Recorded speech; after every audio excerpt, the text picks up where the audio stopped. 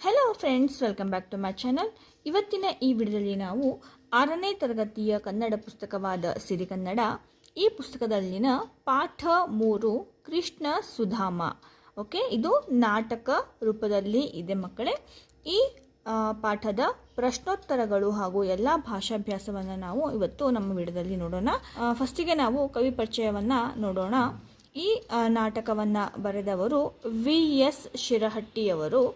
ಇವರು ಹುಟ್ಟಿದಂತಹ ಸ್ಥಳ ಹೊಂಬಳ, ಇದು ಗದಗ ಜಿಲ್ಲೆಯಲ್ಲಿ ಇದೆ. ಇವರ ಹುಟ್ಟಿದಂತಹ ಕಾಲ 1-2-1953.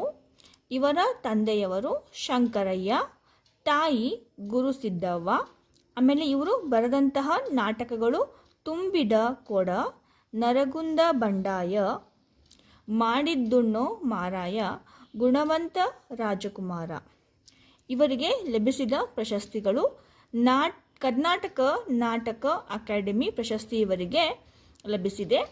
ಈ ಕೃಷ್ಣ ಸುಧಾಮ ನಾಟಕವನ್ನು ಹೂವಿನ ಹಂದರ ಎಂಬ ಕೃತಿಯಿಂದ ಆರಿಸಿಕೊಳ್ಳಲಾಗಿದೆ. ಇವಾಗ ನಾವು ಅಭ್ಯಾಸವನ್ನು ನೋಡೋಣ.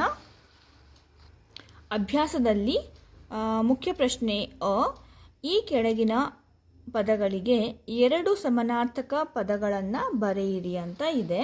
ಒಂದೊಂದು ಪದಗಳಿಗೆ 2 ಸಮಾನಾರ್ಥಕ ಅಂದರೆ ಈಕ್ವಲ್ ಮೀನಿಂಗ್ ಇರುವಂತಹ ಪದಗಳನ್ನು ಬರೀಬೇಕು.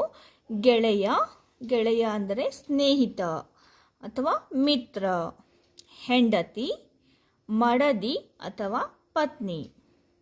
ರಾಜ, ದೊರೆ, ಅರಸ.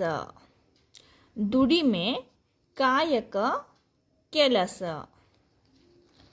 ಈಗ ಮುಖ್ಯ ಪ್ರಶ್ನೆ ಈ ಪದಗಳನ್ನು ಬಳಸಿ ಸ್ವಂತ ವಾಕ್ಯ ರಚಿಸಿರಿ ಅಂತ ಇದೆ.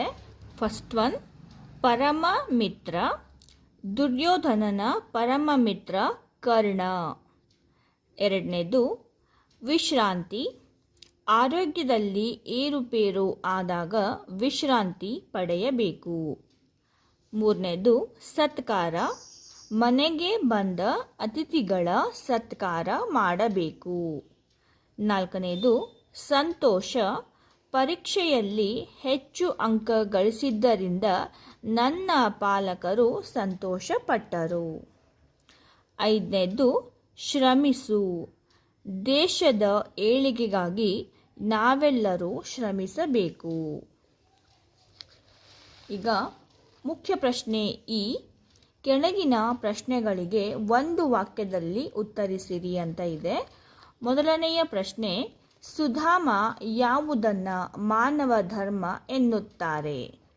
ಉತ್ತರ, ಜೀವನದಲ್ಲಿ ಬಂದದ್ದನ್ನು ಅನುಭವಿಸಲೇಬೇಕು, ಅದೇ ಮಾನವ ಧರ್ಮ ಎಂದು ಸುಧಾಮ ಹೇಳುತ್ತಾರೆ. ಪ್ರಶ್ನೆ 2, ಯಾರಿಗಾಗಿ ಶ್ರೀಕೃಷ್ಣನ ಬಳಿ ಸಹಾಯ ಕೇಳಲು ಸುಧಾಮನ ಪತ್ನಿ ಹೇಳುತ್ತಾಳೆ? ಉತ್ತರ, ಮಕ್ಕಳಿಗಾಗಿ ಶ್ರೀಕೃಷ್ಣನ ಬಳಿ ಸಹಾಯ ಕೇಳಲು ಸುಧಾಮನ ಪತ್ನಿ ಹೇಳುತ್ತಾಳೆ. ಪ್ರಶ್ನೆ 3, ಸುಧಾಮನ ಕಣ್ಣಲ್ಲಿ ನೀರು ಏಕೆ ಬಂತು? ಉತ್ತರ, ಬಹಳ ದಿನಗಳ ನಂತರ ಶ್ರೀಕೃಷ್ಣನನ್ನು ನೋಡಿದ ಆನಂದದಿಂದ ಸುಧಾಮನ ಕಣ್ಣಲ್ಲಿ ನೀರು ಬಂತು. ಪ್ರಶ್ನೆ 4, ಮನೆಗೆ ಮರಳಿದ ಸುಧಾಮನು ಏನನ್ನ ಕಂಡನು? ಉತ್ತರ, ಮನೆಗೆ ಮರಳಿದ ಸುಧಾಮನು ತನ್ನ ಗುಡಿಸಲಿನ ಜಾಗದಲ್ಲಿ ದೊಡ್ಡ ಅರಮನೆಯಂತಹ ಮನೆ, ಹೆಂಡತಿ ಮತ್ತು ಮಕ್ಕಳು ರೇಷ್ಮೆ ಬಟ್ಟೆ, ಚಿನ್ನದ ಒಡವೆಗಳನ್ನು ಹಾಕಿಕೊಂಡು ಸಂತೋಷದಿಂದ ಇರುವುದನ್ನು ಕಂಡನು. ಪ್ರಶ್ನೆ 5, ಸುಧಾಮನ ಮನೆಯನ್ನು ಕಟ್ಟಿಸಿದವರು ಯಾರು? ಸುಧಾಮನ ಮನೆಯನ್ನು ಕಟ್ಟಿಸಿದವರು ಶ್ರೀಕೃಷ್ಣ. ಪ್ರಶ್ನೆ ಮುಖ್ಯ ಪ್ರಶ್ನೆ, ಕೆಳಗಿನ ಪ್ರಶ್ನೆಗಳಿಗೆ 5-6 ವಾಕ್ಯಗಳಲ್ಲಿ ಉತ್ತರಿಸಿರಿ ಅಂತ ಇದೆ. ಪ್ರಶ್ನೆ 1, ಕೃಷ್ಣ ಸುಧಾಮರು ಗುರುಕುಲದಲ್ಲಿ ಕಳೆದ ದಿನಗಳನ್ನು ಪರಸ್ಪರ ನೆನೆಸಿಕೊಂಡಿದ್ದು ಹೇಗೆ?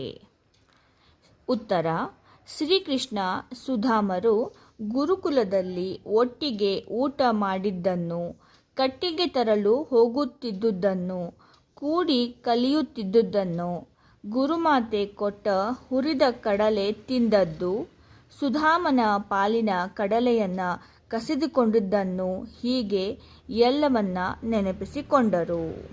ಪ್ರಶ್ನೆ 2. ಶ್ರೀಕೃಷ್ಣನು ಸುಧಾಮನಿಗೆ ಮನೆ ಕಟ್ಟಿಸಿಕೊಟ್ಟ ಸಂದರ್ಭವನ್ನು ವಿವರಿಸಿರಿ.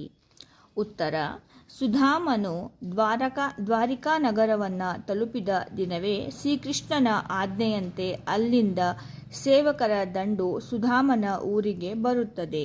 ಅವರು ಬೇಕಾದ ಎಲ್ಲ ವಸ್ತುಗಳನ್ನು ತಂದು ಅವನ ಹಳೆಯ ಮನೆಯ ಜಾಗದಲ್ಲೇ ಚಕಚಕನೆ ಅರಮನೆಯಂತಹ ಸುಂದರವಾದ ಮನೆಯನ್ನು ನಿರ್ಮಾಣ ಮಾಡುತ್ತಾರೆ. ಸುಧಾಮನ ಹೆಂಡತಿ ಮತ್ತು ಮಕ್ಕಳಿಗೆ ಹೊಸ ಉಡುಪುಗಳನ್ನು ಹಾಗೂ ಆಭರಣಗಳನ್ನು ನೀಡುತ್ತಾರೆ. ಮುಖ್ಯ ಪ್ರಶ್ನೆಯು ಕೆಳಗಿನ ಮಾತುಗಳನ್ನು ಯಾರು ಯಾರಿಗೆ ಹೇಳಿದರು? ಫಸ್ಟ್ ಒನ್, ನನ್ನನ್ನು ಕಂಡರೆ ಅವರಿಗೆ ಅಪಾರ ಪ್ರೀತಿ, ಸ್ನೇಹ, ಗೌರವ. ಈ ವಾಕ್ಯವನ್ನು ವಿ.ಎಸ್. ಶಿರಹಟ್ಟಿಮಠ್ ಅವರು ಬರೆದಿರುವ ಹೂವಿನ ಹಂದರ ಕೃತಿಯಿಂದ ಆಯ್ದ ಕೃಷ್ಣ ಸುಧಾಮ ಪಾಠದಿಂದ ಆರಿಸಿಕೊಳ್ಳಲಾಗಿದೆ. ಈ ಮಾತನ್ನು ಸುಧಾಮನು ತನ್ನ ಹೆಂಡತಿಗೆ ಹೇಳಿದನು. ಸುಧಾಮನು ಶ್ರೀಕೃಷ್ಣನ ಸ್ನೇಹದ ಬಗ್ಗೆ ಮಾತನಾಡುತ್ತಿರುವಾಗ ಸುಧಾಮನ ಹೆಂಡತಿ ಕೃಷ್ಣನ ಬಳಿ ಸಹಾಯವನ್ನು ಕೇಳಲು ಹೇಳಿದಾಗ ಸುಧಾಮನು ಈ ಮೇಲಿನಂತೆ ಹೇಳಿದನು. ಸೆಕೆಂಡ್ ಒನ್, ಹಸಿದಿರುವ ಮಕ್ಕಳಿಗೋಸ್ಕರವಾದರೂ ಹೋಗಿ ಬನ್ನಿ. ಈ ಮಾತನ್ನು ಸುಧಾಮನ ಹೆಂಡತಿ ಸುಧಾಮನಿಗೆ ಹೇಳಿದಳು. ಮಿತ್ರನ ಬಳಿ ನೆರವನ್ನು ಕೇಳಿದರೆ ತನ್ನ ಸ್ವಾಭಿಮಾನಕ್ಕೆ ಧಕ್ಕೆ ಬರುವುದು ಮತ್ತು ಸ್ನೇಹದ ದುರುಪಯೋಗವಾಗುವುದು ಎಂದು ಸುಧಾಮನು ಯೋಚಿಸುತ್ತಿದ್ದ ಸಂದರ್ಭದಲ್ಲಿ ಅವನ ಹೆಂಡತಿ ಈ ಮೇಲಿನಂತೆ ಹೇಳುವಳು. ಥರ್ಡ್ ಒನ್, ನನಗೆ ಗುರುಕುಲದ ಜೀವನ ನೆನಪಾಗುತ್ತಿದೆ. ಈ ಮಾತನ್ನು ಶ್ರೀಕೃಷ್ಣ ಸುಧಾಮನಿಗೆ ಹೇಳುವನು.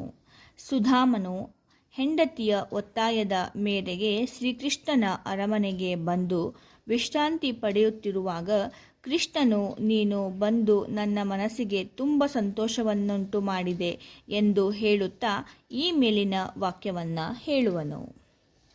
ಫೋರ್ತ್ ಒನ್, ನಿಮಗೂ ರೇಷ್ಮೆ ಬಟ್ಟೆ ಕೊಟ್ಟಿದ್ದಾರೆ. ಈ ಮಾತನ್ನು ಸುಧಾಮನ ಮಗ ಸುಧಾಮನಿಗೆ ಹೇಳಿದನು. ದ್ವಾರಕೆಯಿಂದ ಹಿಂತಿರುಗಿದ ಸುಧಾಮನು ತನ್ನ ಹೊಸ ಅರಮನೆಯಂತಹ ಮನೆ, ಹೆಂಡತಿ ಮಕ್ಕಳ ವೈಭೋಗವನ್ನು ಕಂಡು ಆಶ್ಚರ್ಯಪಡುತ್ತಿರುವಾಗ ಮಗನು ಸಂತೋಷದಿಂದ ಓಡಿ ಬಂದು ತಂದೆಗೆ ಈ ಮಾತನ್ನು ಹೇಳುತ್ತಾನೆ. ಹಾಗಾದರೆ ಫ್ರೆಂಡ್ಸ್, ಇಲ್ಲಿಗೆ ಈ ಪಾಠ 3 ಕೃಷ್ಣ ಸುಧಾಮ ಪಾಠದ ಎಲ್ಲ ಪ್ರಶ್ನೋತ್ತರ ಹಾಗೂ ಭಾಷಾಭ್ಯಾಸಗಳು ಮುಕ್ತಾಯವಾಗಿದೆ. ಐ ಹೋಪ್ ನಿಮಗೆ ಈ ವಿಡಿಯೋ ಇಷ್ಟ ಆಗಿದೆ ಅಂತ ನಾನು ಭಾವಿಸ್ತೀನಿ. ಇಷ್ಟ ಆಗಿದ್ದರೆ ಒಂದು ಲೈಕನ್ನು ಮಾಡಿ. ಇದೇ ರೀತಿಯ ಹೆಚ್ಚಿನ ಕನ್ನಡ ನೋಟ್ಸ್ಗಳಿಗಾಗಿ ನಮ್ಮ ಚಾನಲನ್ನು ಸಬ್ಸ್ಕ್ರೈಬ್ ಮಾಡ್ಕೊಳ್ಳಿ. Thanks for watching.